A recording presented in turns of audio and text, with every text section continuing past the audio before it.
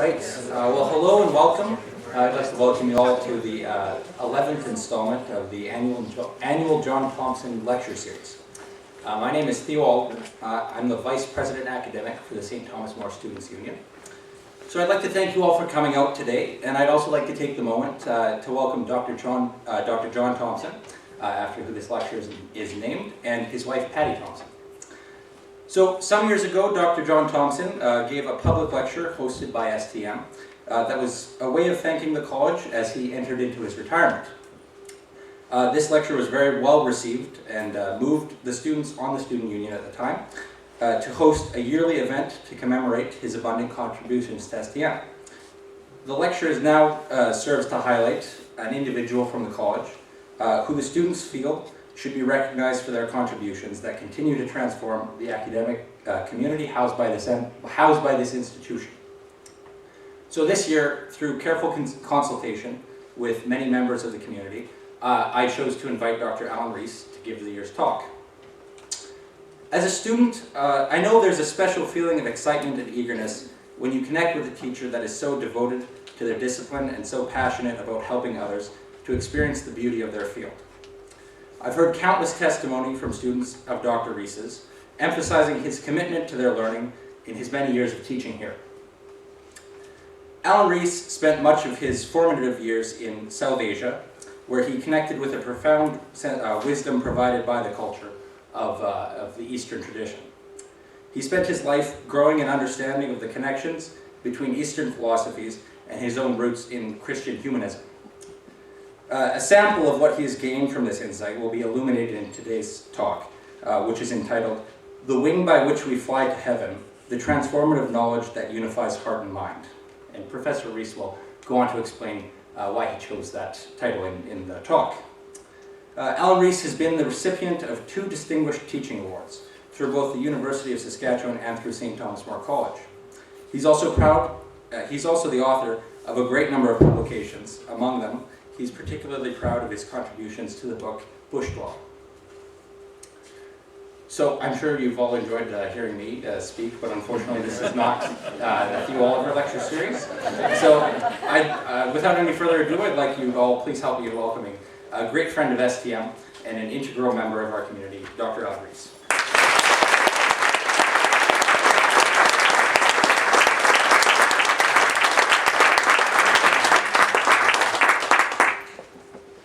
Thank you. I'd only changed that to a handful of publications, but other than that, that was super. So thank you so much to St. Thomas More Students Union and Theo for this honor of giving this year's John Thompson Lecture. Thanks above all to my mentor, Father James Gray of the Order of St. Benedict, and all my teachers past and present, Christian and non-Christian, those truly alive today, and those who remain pilgrims among us. I am deeply honored, and I am delighted to draw attention to our former college president, John Thompson, right here in the second row with Patty, as Theo told us, whose love of teaching and love of students has lent his name to this lecture series. John also played a very major role in hiring me, and I am so grateful because these last 20 years have been just a wonderful blessing. I remember on hearing when Tom Deutscher, who's also here, came into my office and told me I had the job, going into the chapel that's above us and promising God that I would pray for all my students. I've tried to do that, especially in examination time. It hasn't always worked. I apologize at the outset for the lack of inclusive language in some of the quoted sources, but I choose to quote them as they were written. So a word about the title of the talk. The title paraphrases some words from Henry IV, Part 2 by Shakespeare. Okay? The phrase that linked knowledge to heaven caught my attention.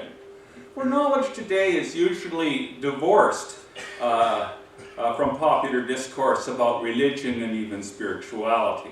But let's look at the context. the 15th century English social revolutionary Jack Cade has arrested a certain Lord Say. Among the accusations include the corrupting of youth by founding grammar schools, a printing press that he had founded, and a paper mill, no less. Jack Cade further taunts his noble prisoner, saying, "It will be proved to thy face that thou hast men about thee that usually talk of a noun and a verb, and such abominable words as no Christian can endure to hear." In his defense, Lord Say speaks, "Large gifts have I bestowed on learned clerks, because my book preferred me to the king, and seeing ignorance is the curse of God, knowledge the wing wherewith we fly to heaven. Unless you be possessed with devilish spirits, you cannot but forbear to murder me." But alas, he loses his head. So there we have the title. And you'll notice that I changed Shakespeare's wherewith to a whereby, just to make the title a little more contemporary.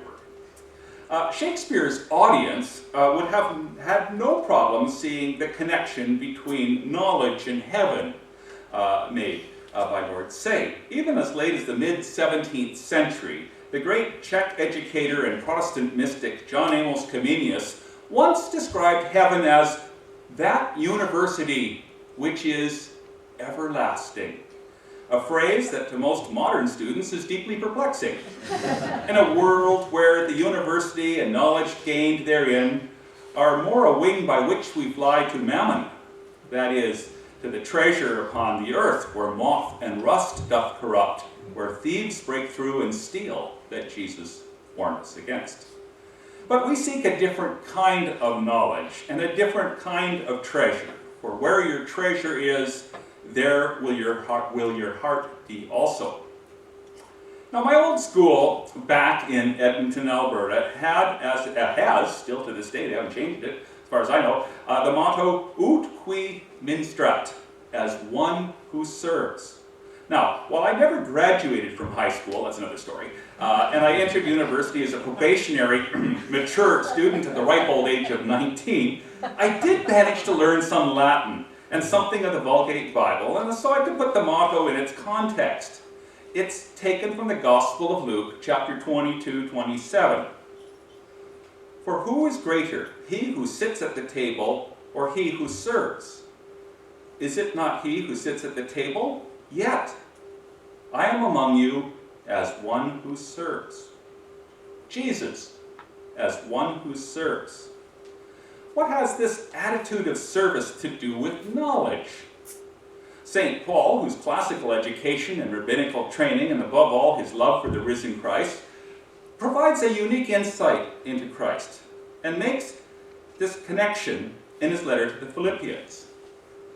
"Let the same mind be in you that you have in Christ Jesus, who though he was in the form of God, did not regard equality with God as something to be exploited, but emptied himself." This theme of emptiness we'll pick up on later. "But emptied himself, taking the form of a slave, being born in human likeness, and being found in human form, he humbled himself and became obedient to the point of death, even death on a cross."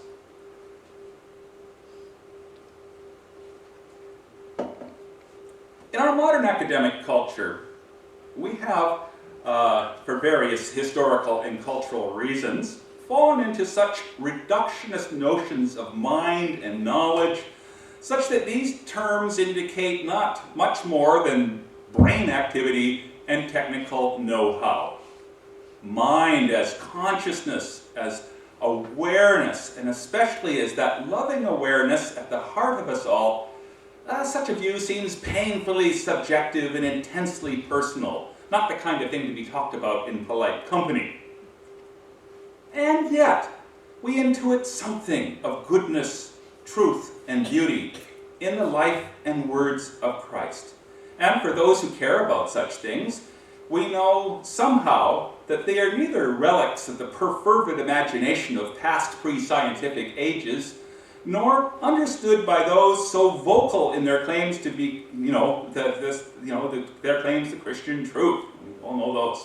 So we are left with the question, what does it mean to cultivate the mind of Christ?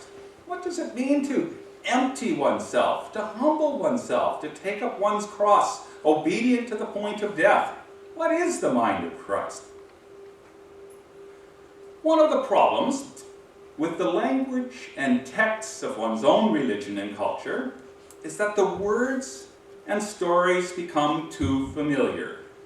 We often think we understand something because we've warmed a pew and we've heard it again and again. On a website published by self-proclaimed charismatic Christians, they are explaining the mind of Christ, saying that, Christ had a mind, and so he exercised the power of reason, conceived ideas, and used judgment. A mind stores our intellect and is distinguished from emotion or will. What? Okay, that's the mind of Christ? Okay, yeah, he had a mind. Oh, how insightful. Okay, again and again, though, I have found new meaning in old texts when I practice what has been called the art of spiritual juxtaposition. The art of spiritual juxtaposition.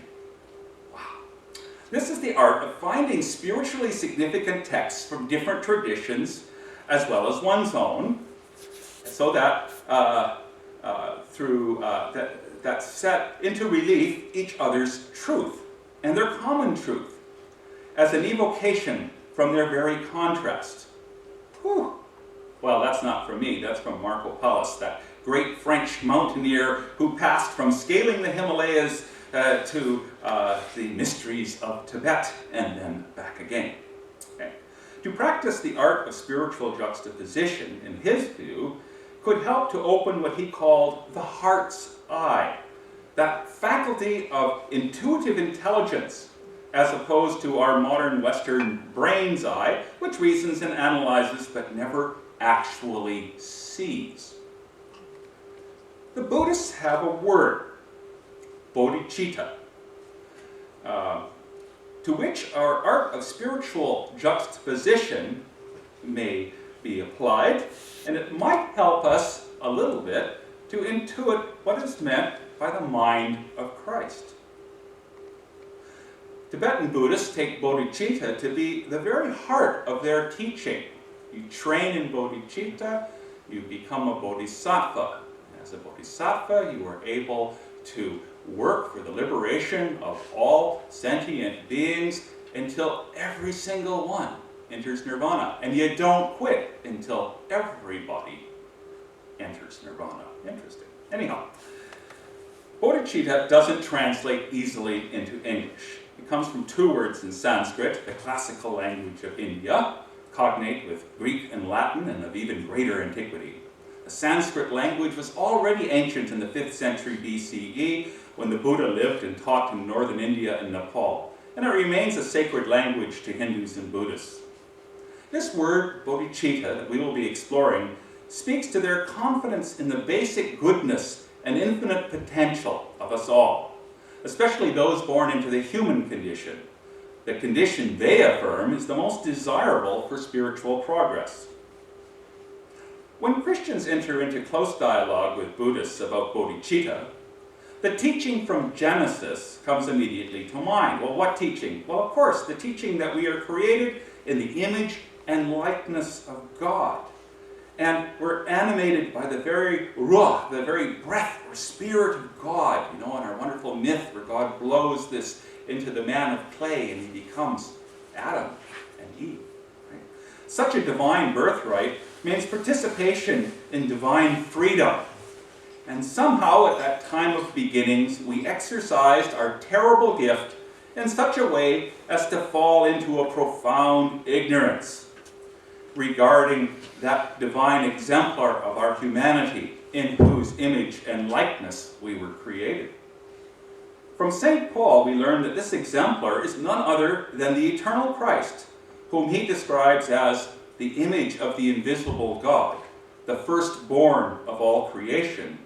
And as Paul told the Athenian philosophers, quoting a Greek author, Christ is the one in whom we live and move and have our being. Time for some water. The one in whom we live and move and have our being. One of my favorite verses in Scripture, uniting both the classical tradition and the Christian tradition in the kind of way that just warms the heart of a son of Erasmus or Thomas More, a Christian humanist. Well, one of the reasons I sought to be received into the Roman Catholic Church was knowing that this most ancient community of Christians had, under the sainted Pope John the 23rd, been blessed by an outpouring of God's Spirit not seen since Pentecost, reaching a new level of spiritual maturity. This is especially evident, in my view, in the Church's declaration on relation to declaration of the Church to non-Christian religions, known in short as Nostra Aetate. Okay. This was at length proclaimed by His Holiness Pope Paul VI on October 28, 1965 at the Second Vatican Council. Let's take a look at a bit of this. Okay? So we'll look at the opening paragraph and then skip to where it addresses the Buddhists and then summarize its central point. We read, "In our time, when day by day mankind is being drawn closer together and the ties between different peoples are becoming stronger, the Church examines more closely her relationship to non-Christian religions in her task of promoting unity and love among men, indeed among nations. She considers above all, in this declaration, what men have in common and what draws them to fellowship. One is the community of all peoples. One, their origin, for God made the whole human race to live over the face of the earth. One also is their final goal, God, His providence, His manifestations of goodness, His saving design extended to all men until that time when the elect will be united in the holy city, the city ablaze with the glory of God, where the nations will walk in His light. From ancient times down to the present, there is found among various people a certain perception of that hidden power which hovers over the course of things and over the events of human history. This perception and recognition penetrates their lives with a profound religious sense." And a bit later we read, "Again, Buddhism, in its various forms, realizes the radical insufficiency of this changeable world. It teaches a way by which men in a devout and confident spirit may be either to acquire the state of perfect liberation or attain by their own efforts or by higher help supreme illumination." And then a little later, "The Catholic Church rejects nothing that is true and holy in these religions. She regards with sincere reverence those ways of conduct and of life, those precepts and teachings which, though differing in many aspects from the ones she holds and sets forth, nonetheless often reflect a ray of that truth which enlightens all men. Indeed, she proclaims and ever must claim Christ, the way, the truth, and the life, in whom men may find the fullness of religious life, in whom God has reconciled all things to Himself. The Church, therefore, exhorts her sons that through dialogue and collaboration with the followers of other religions, carried out with prudence and love, and in the witness to the Christian faith and life, they recognize, preserve, and promote the good things, spiritual and moral, as well as the socio-cultural values found among men." Whew, time for water again. End of the quotation. Hallelujah. What a quotation. What a quotation. Here we have it. The Magna Carta, that Charter of Liberties, of the Catholic freedom to engage in dialogue and recognize, preserve, and promote, as the words of the document give us, what is good and true and beautiful outside the humanly limited conceptions of church or religion. Whether I have always done so with prudence, I leave to God. But I rejoice in this freedom to continue my journey to the East, as one yet rooted in the one holy Catholic and Apostolic Church affirmed in the Nicene Constantinopolitan Creed.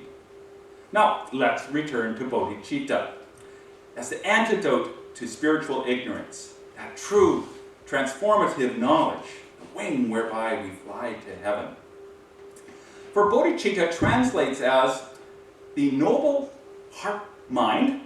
Chitta, it's not really mind, not really heart, it's both and more. Okay, that noble heart-mind that aspires to wisdom, awakening, and empathetic compassion for all sentient beings.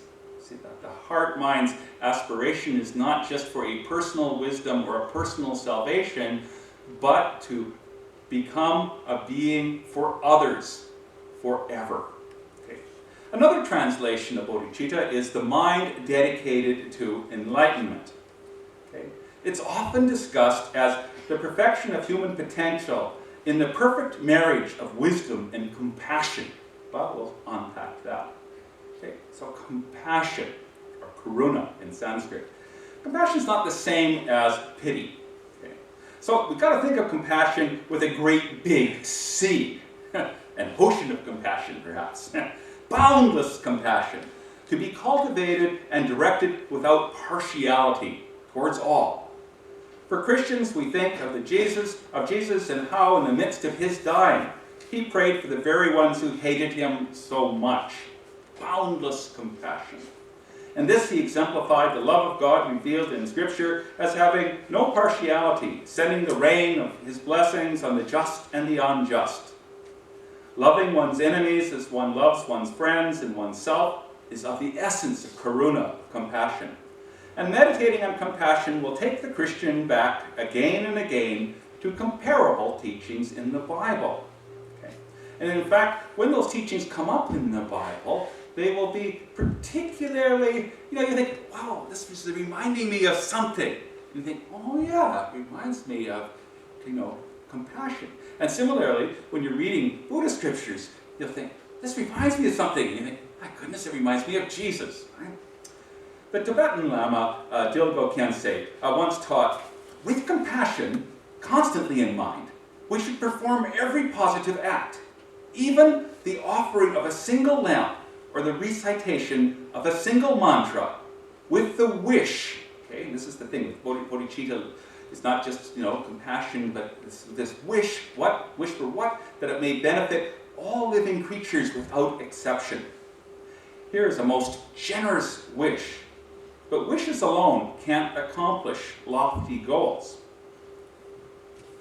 For Buddhists, compassion is but one of the wings necessary for transcending the ignorance at the core of all our suffering.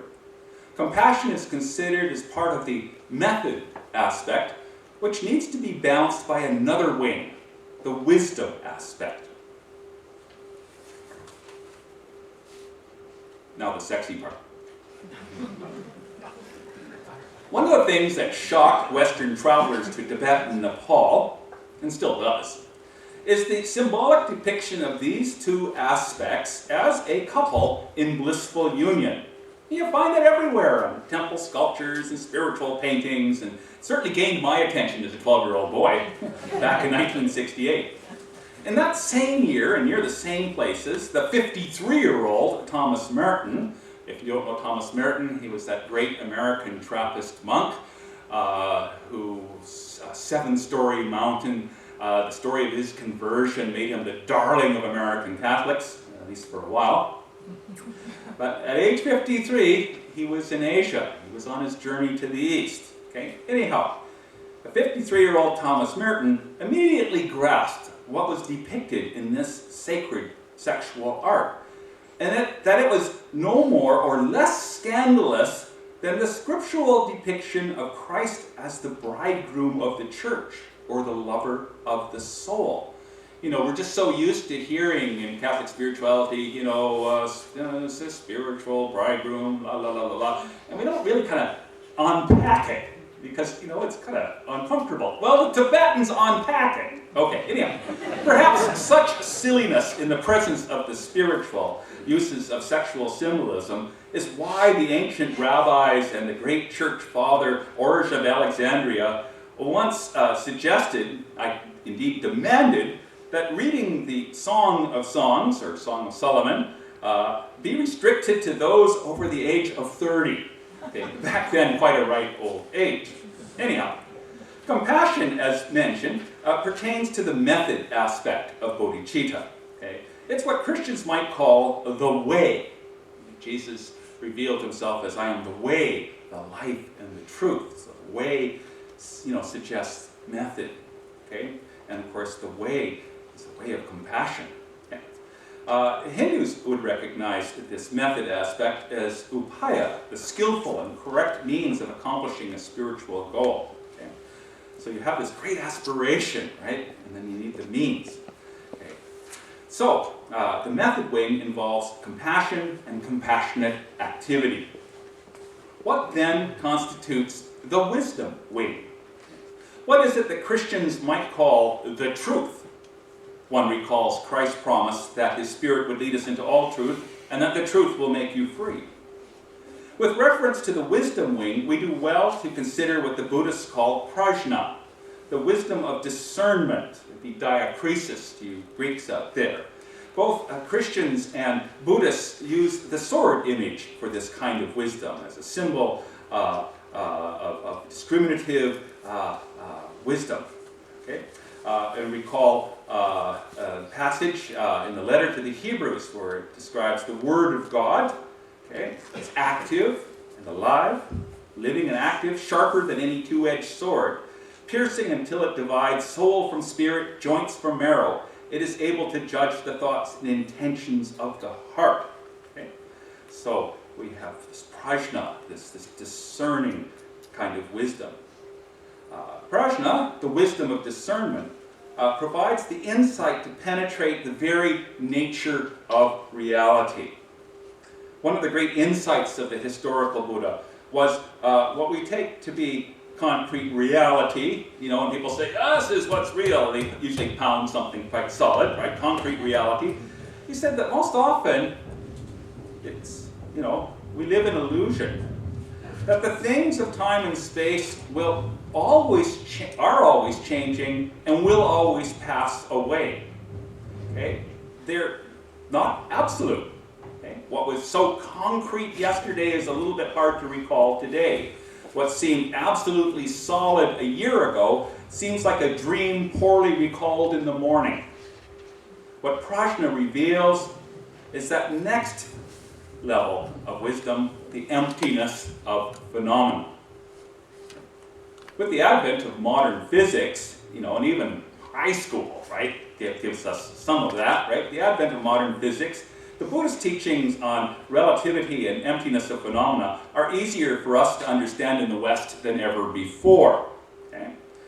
In high school, we learned that there are no real atoms. You know what atom literally means? It means an indivisible, final, irreducible material particle. No such thing. There are no atoms, right? Quirks and quarks and all those wonderful things that kind of, you have to fill up that board with all kinds of mathematics that I'll never learn. My future son-in-law knows that stuff. Yeah, good on him. Anyhow, there are no real atoms. That is. But how many people reflect on the implications of quantum physics for their day-to-day experience of the world? Still, it's useful. Now, emptiness is made easier for Christians when we meditate deeply on Christ as Paul exhorts us in Philippians 2:7. Remember that he emptied himself. He humbled himself. Okay. Whenever people seemed ready to create a personality, a cult around him, that same Jesus that we meet in the Gospels, the same Jesus who said, before Abraham was, I am, and who had declared himself the way, the truth, and the life, also said, my Father is greater than I, and it is necessary that I go away, that the Spirit might come. Still, emptiness remains one of the most difficult Buddhist notions for Christians. Certainly it has nothing to do with nihilism and atheism. The Buddha rejected both theism of the popular Hindu mythology of his day and the atheism of some of his Indian contemporary philosophers. He did so in ways that are directly paralleled in our own tradition by such church fathers as Origen of Alexandria, Evagrius, Dionysius, and in medieval times, Meister Eckhart, early modern times by John of the Cross, and of course Thomas Martin in the 20th century.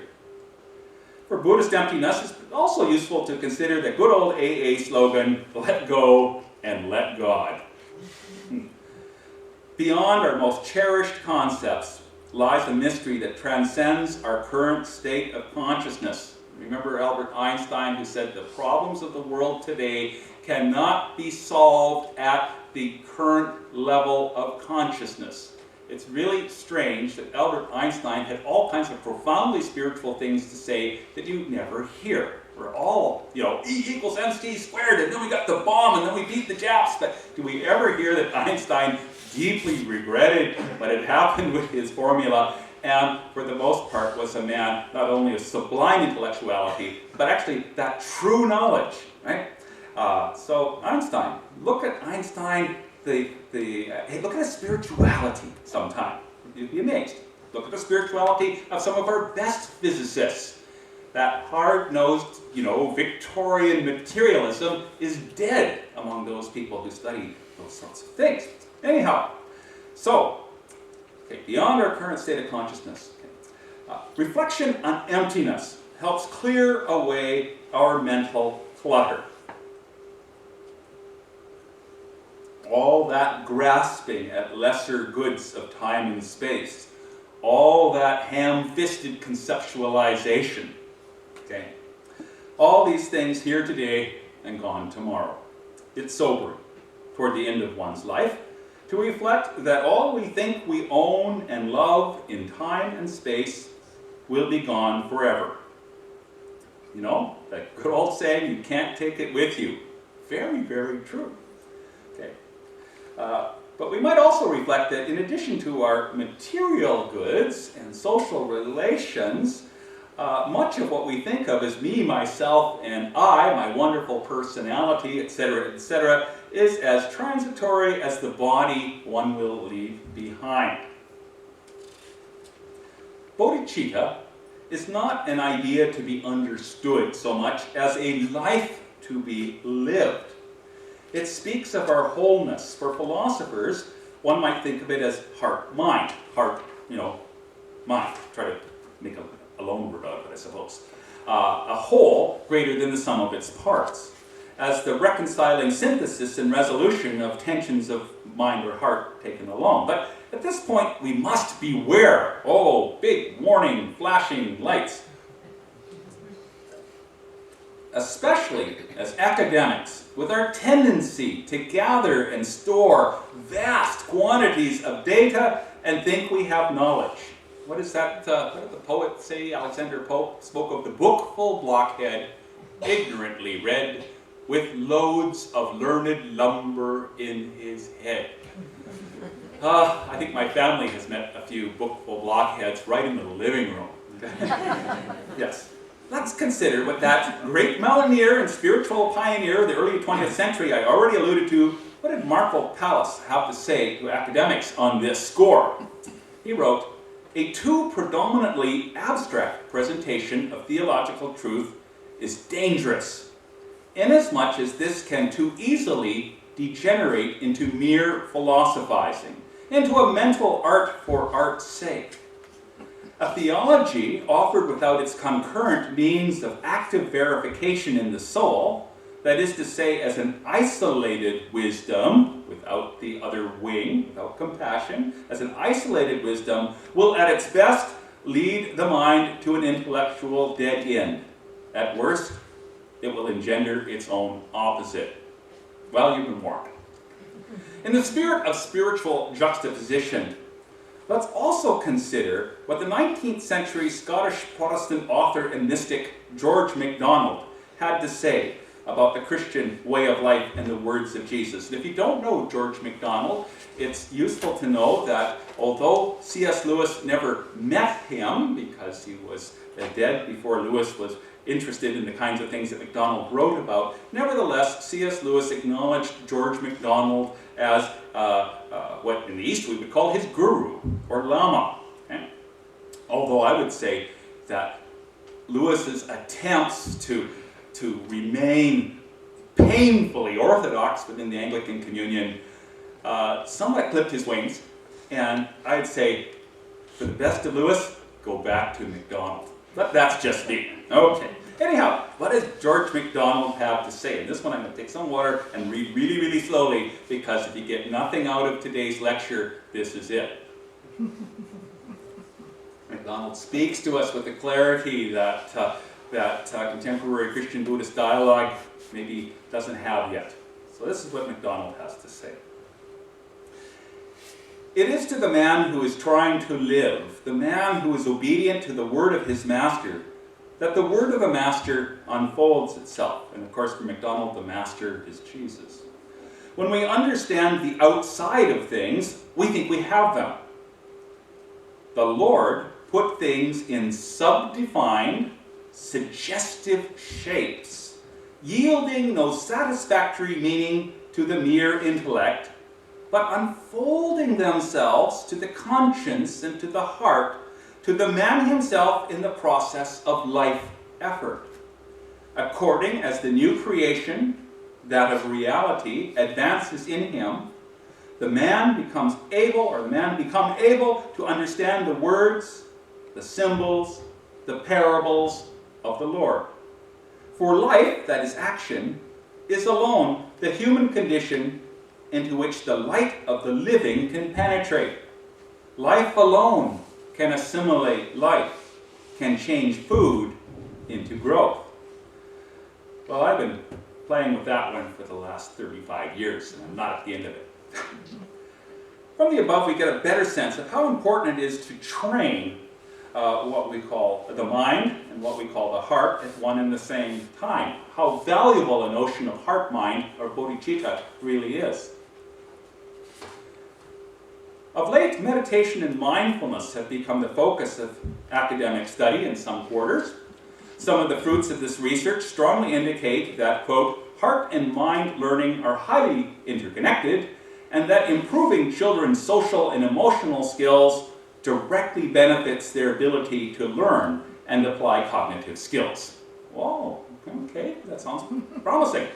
Accordingly, these researchers noticed 5 characteristics in the child student introduced to this integration of mind and heart. Okay, the student gets along with others, is compassionate and kind, solves problems peacefully, secure and calm, alert and engaged. Well, this makes perfect sense to me. Bodhicitta, finally influencing the educational establishment.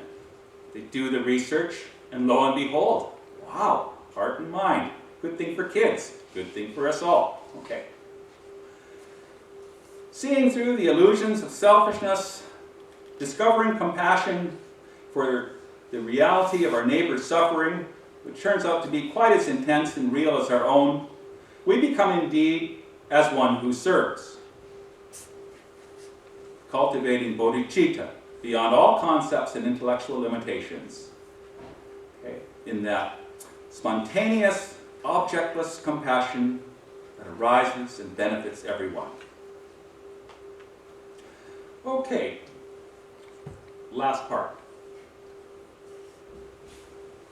In 2005, not so very long ago for me, but maybe longer for some others, I had a profound sense that I wasn't going to be able to continue my academic research that would lead from associate to full professor. Sorry, Carl. With all the glory and financial rewards attending that status. I continued to love and admire Erasmus of Rotterdam, 1466 to 1536, great Christian humanist, remember, the best buddy of a saint some 400 years ago that came to be the patron of his college. Okay? But it was clear to me that the sorts of books and articles that I would need to write for promotion would be read by no more than 5 other specialists that I used to meet at academic conferences and drink with. I was also troubled by the academic politics that can sometimes cloud the serene skies of academia. A dream or waking fantasy saved the situation for me. In this, I found myself in that situation that Catholics used to call the particular judgment. There I was, utterly exposed to the burning light, the sharpest clarity yet most profound love, beyond imagination. There was nothing to hide, nowhere to go. I was utterly and completely naked. Everything I was, am, and might even have been was there in a timeless instant of self-knowledge. A God's eye look at my life. Whew! You know, talk about the fire of purgatory. Forget the fire of purgatory. It's when you get that bit of self-knowledge. Wow. All at once I knew, though, that I was not dead, and indeed still had some serious dying to do. And by the way, George MacDonald is really good about this process of serious yet joyful dying. Read Lilith, wonderful fantasy. Anyhow, I knew that I would go back to ordinary life, teach students, and do research. After a few months of good behavior, shaken up by the dream vision, I drifted back to my old habits, more like Shakespeare's Falstaff than Erasmus or More, alas. Still, my research focus changed. I would study now from my heart as well as my mind. I would once again commence the journey to the East, this time in mind and heart, but no longer, in person. I studied Tibetan Buddhism with my colleague James Mullins, who used to teach at this university. Now he's retired, and he's spending his retirement taking would-be yoga teachers from Canada to India to see the real thing. At any rate, I studied Tibetan Buddhism with James Mullins. Had the time of my life. Okay. I also continued my spiritual mentorship under Father James Gray of St. Peter's Abbey at Munster. And I studied the art of spiritual direction at Queen's House of Retreats under Father Paul Fatchett of the Order of Mary Immaculate, or Obates of Mary Immaculate, Sister Louisa Brost of the Ursulines of Prelate, and the Reverend Claire Ewart Fisher of the Mennonite General Conference. We have these three wonderful mentors. Okay? Again, for these and all my many other teachers, I give thanks. Well, the intuition of 2005 has served me well. Not long after that date, my heart, that is my beating heart, began to do odd things. And in December 2013, an aortic valve was replaced in a difficult open heart surgery. A long convalescence with additional complications seemed about complete last May. Whew, God, got over the heart and coming back, it's great. When some new symptoms led to another diagnosis. The volumes of notes and reflections on my sacred studies that I have gathered since 2005 and sometime before that, however, provides a kind of victicum, a kind of waybread for my current journey with terminal cancer. So in conclusion, I figured instead of talking about my background before a lecture, I would do it afterwards where I can keep an eye on the clock. My own intellectual and spiritual life was born at once in the classroom of my grade 4 public school teacher, Mr. Roy Wilson, in 1965. His reading of Greek mythology and C.S. Lewis's Narnia Chronicles prepared the way for my openness to the living mythologies of South Asia, especially Nepal, and later for my curiosity about Christians and their sacred writings. My father, bless his heart, had given up on the Christian faith about the time when I would have normally been taken off to Sunday school. He believed in science. And when we went to Asia, he was as a secular missionary with the United States Information Service, part of the American aid to Pakistan. At that point, Bangladesh was East Pakistan. Before that, it was Bengal in India. At any rate, a secular missionary, he had his crew cut and his white lab coat and his clipboard, and he was going to bring science to the benighted Bengalis. If only they had science, then everything would be great. And you know how great Bangladesh is today. Yes. Anyhow, yes. Back to this little talk here. Anyhow, I discovered that Christians too had a living mythology, just as I had experienced the living mythologies of the East. And in Jesus I found all that I loved and more in the gods and goddesses of Greece, and Jesus, who had more than a little in common with the sublime but then culturally distant world of Mahayana Buddhism and Hinduism. Because I was a bookish lad, that's the old-fashioned word for nerd, and the child of a science educator, I did not long remain at peace in the world of Jesus freaks.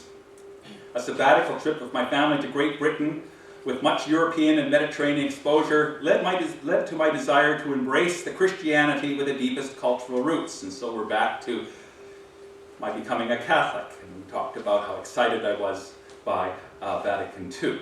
Okay, I was received into the Roman Catholic Church at St. Joseph's College at the University of Alberta in 1974, surrounded and encouraged by Basilian fathers.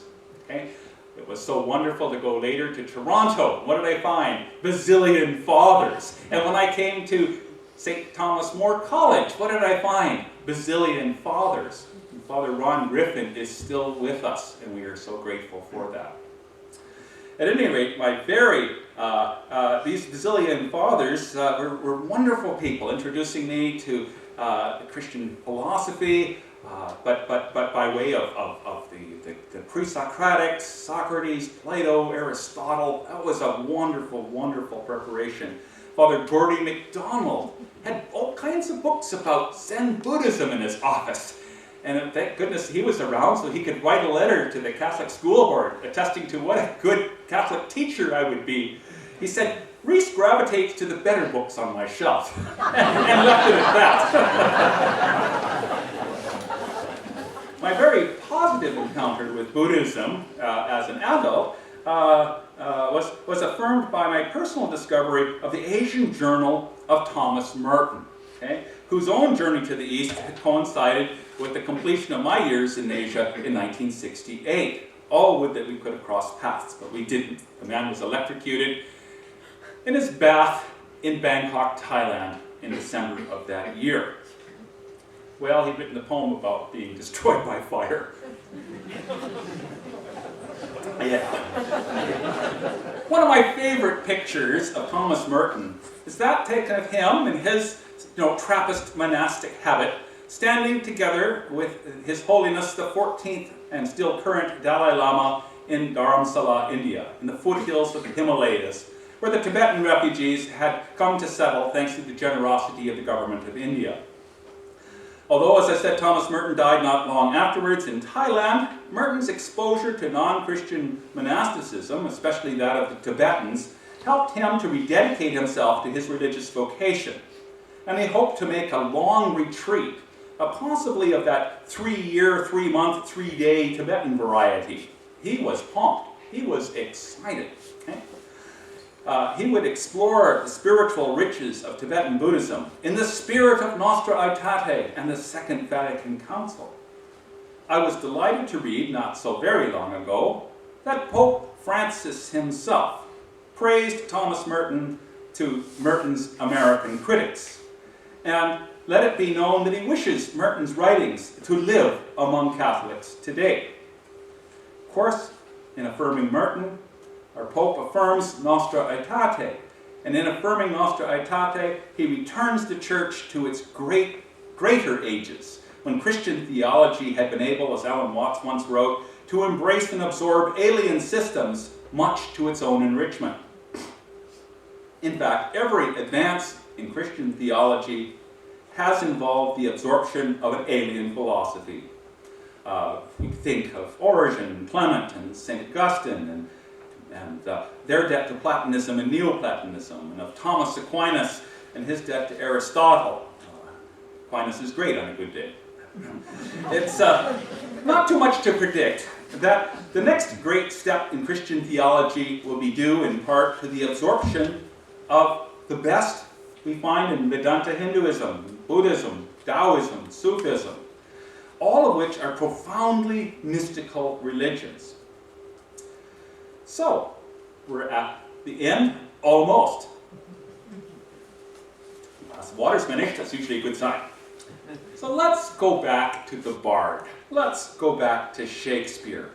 Shakespeare, who to my eye, at any rate, is a good Christian prophet of bodhicitta, filled with compassion, but also the wisdom of emptiness. Let the wise Prospero speak. Be cheerful, sir. Our revels are now ended. These actors, as I foretold you, were all spirits and are melted into air, thin air.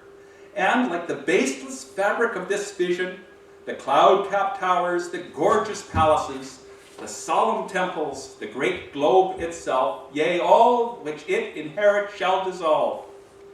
And like this insubstantial pageant faded, leave not a rack behind.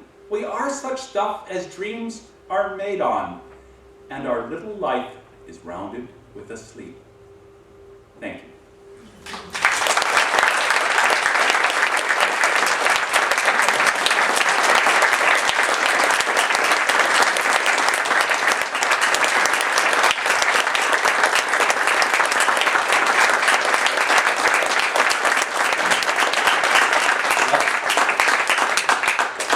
Thank you very much, Alan. Well, thank goodness we recorded that. So if anyone wants to, refresh their memory, then please talk to me. I'm sure I'll be reviewing that. We don't want to lose any of this. I'd just like to point out really quickly, from my perspective as a first year, it's so amazing to be able to come to an institution like this and experience such a profound intellectual tradition that we have here. I feel like potentially there's a lot of people that they spend their life in the academy like this, and you can start taking things for granted. So I just really like to point out the privilege that we have to be able to sit here and reflect on some really amazing insights that individuals like Alan have come up with. So just another quick round of applause if you don't mind.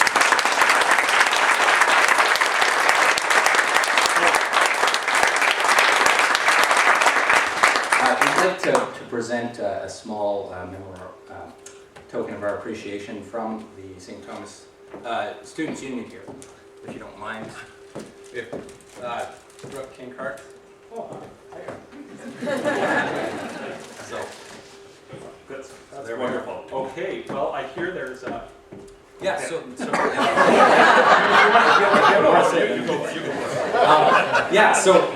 we've provided a small token of our appreciation. Also, we'll be making a donation to Queen's House of Retreats in Alan's name, just as another token of appreciation. And if you'd like to join us, please, there's a reception in the atrium, which is just down the hall and to the right before you get to the exit. We'll be having some wine and appetizers and a chance to talk one-on-one if you like.